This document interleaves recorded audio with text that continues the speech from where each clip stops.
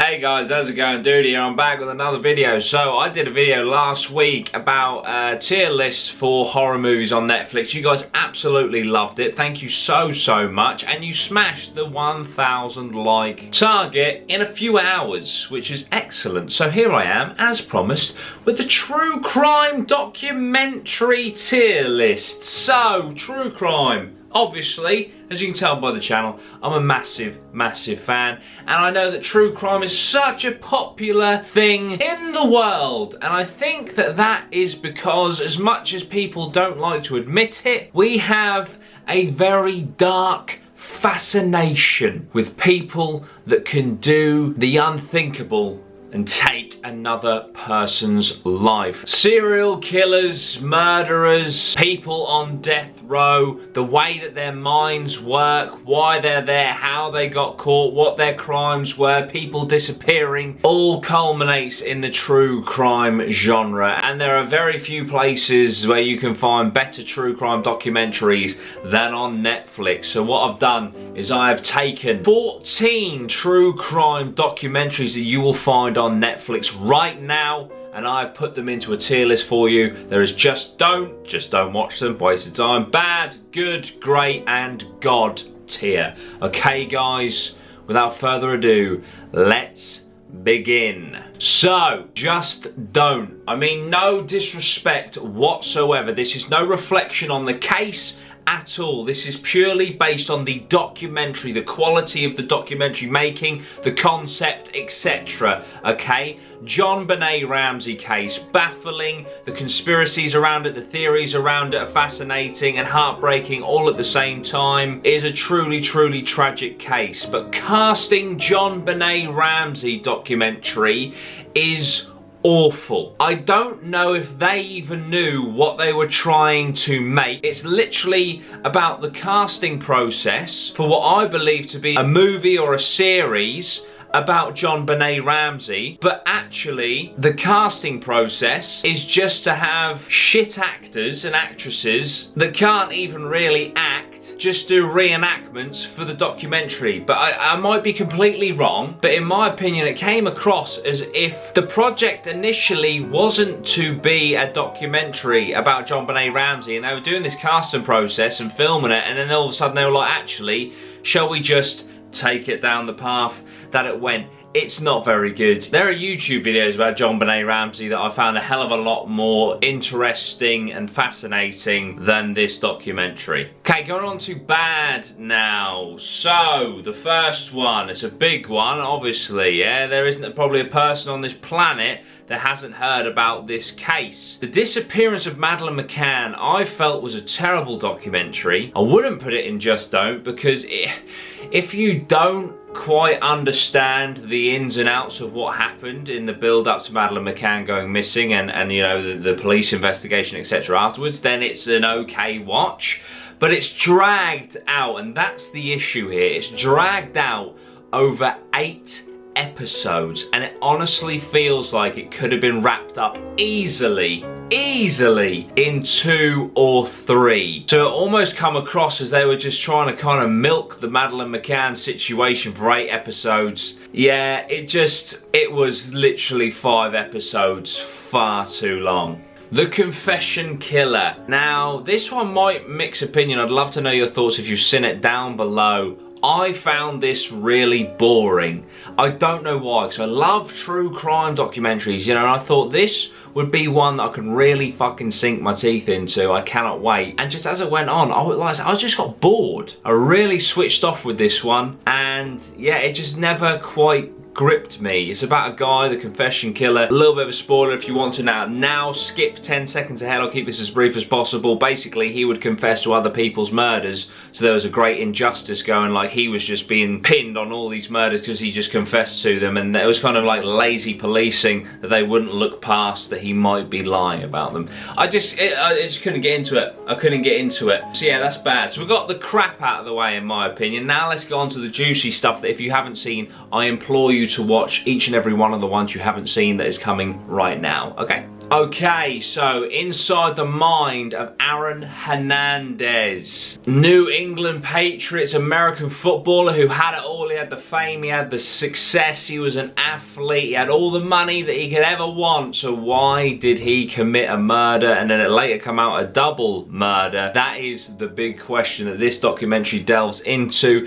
It delves into his time in prison. It also delves into the possibility that he may have actually been hiding the fact that he was a homosexual. It takes many twists and turns. I just thought that it was a very well set out and presented documentary that I really enjoyed. It's a good true crime documentary. So next up we have The Devil Next Door. Now this is quite harrowing stuff because this is about a man called John Demaniuk, who was accused of actually being Ivan the Terrible, who was one of the worst, most evil guards at the concentration camps. A real piece of shit. So during the documentary it's all about him being accused and is eventually extradited to Israel and put on trial, and there's lots of archive footage of the trial and of Holocaust survivors giving evidence against this man, and it is very, very hard to watch because you see these Holocaust survivors, you know, talk about what they went through and accusing this man of being this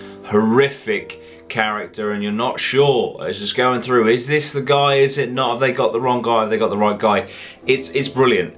It really is very, very good. If you like your history as well as true crime, this is pretty much perfect. And I won't lie, the more that I talk, I do this every single tier list, the more that I talk about a certain film or a certain documentary or a certain show, there's always one in the tier list that I feel like I might have been a bit harsh on. And to be honest, the more I'm thinking about it, this could well easily sit in great. So don't be deterred because I put it in good, because I'll probably put it in the wrong list here. Yeah, this should be in great. This is a great documentary. A lot of the serial killer true crime stuff I enjoy is when it's an interview with the actual killer. This is I am a serial killer. It fascinates me to hear from the serial killer's mouth how they operate, what their thought process was, how they have such a lack of empathy and emotion. It's always thoroughly interested me, and I feel like I Am a Killer on Netflix does this very well.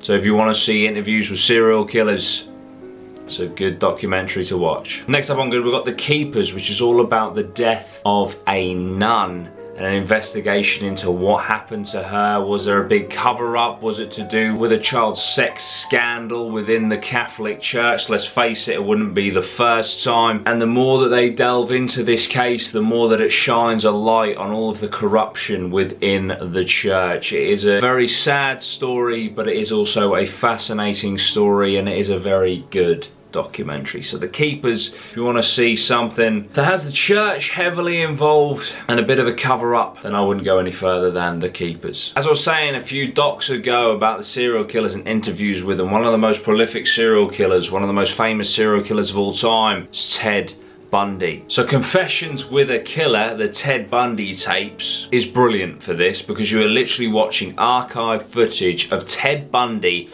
on death row explaining his logic behind why he is the way that he is. And the most terrifying thing is that for a lot of it, he's a very confusing man, and it's very hard to understand why he thinks the way that he thinks. But at the same time, it's Ted Bundy.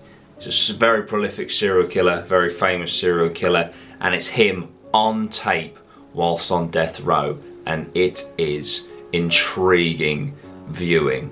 So if that's your kind of jam, then I would seriously recommend the Ted Bundy tapes. Okay, we're going on to great tier now. We're going to kick off, everyone's heard of this one. It's Making a Murderer. The Avery case takes so many twists and turns. It's set over the course of decades. There's scandals, there's, you know, police potential corruption, there's murders, there's all sorts of stuff going on. You know, one minute you're on his side, the next minute you're against him. Was the nephew innocent? Was the nephew guilty? Is this a case of police interrogation where they're taught how to just get a confession out of someone regardless of whether they're innocent or guilty or not? This is Making a Murderer. It kind of sells itself, to be honest. It is a great documentary. If you haven't seen it already, first of all, that baffles me. You definitely need to see this. Check it out. If you have, I'd love to know your thoughts. What do you think of the uncle? What do you think of the nephew? Do you think they're innocent? Do you think they're guilty? Please let me know down below.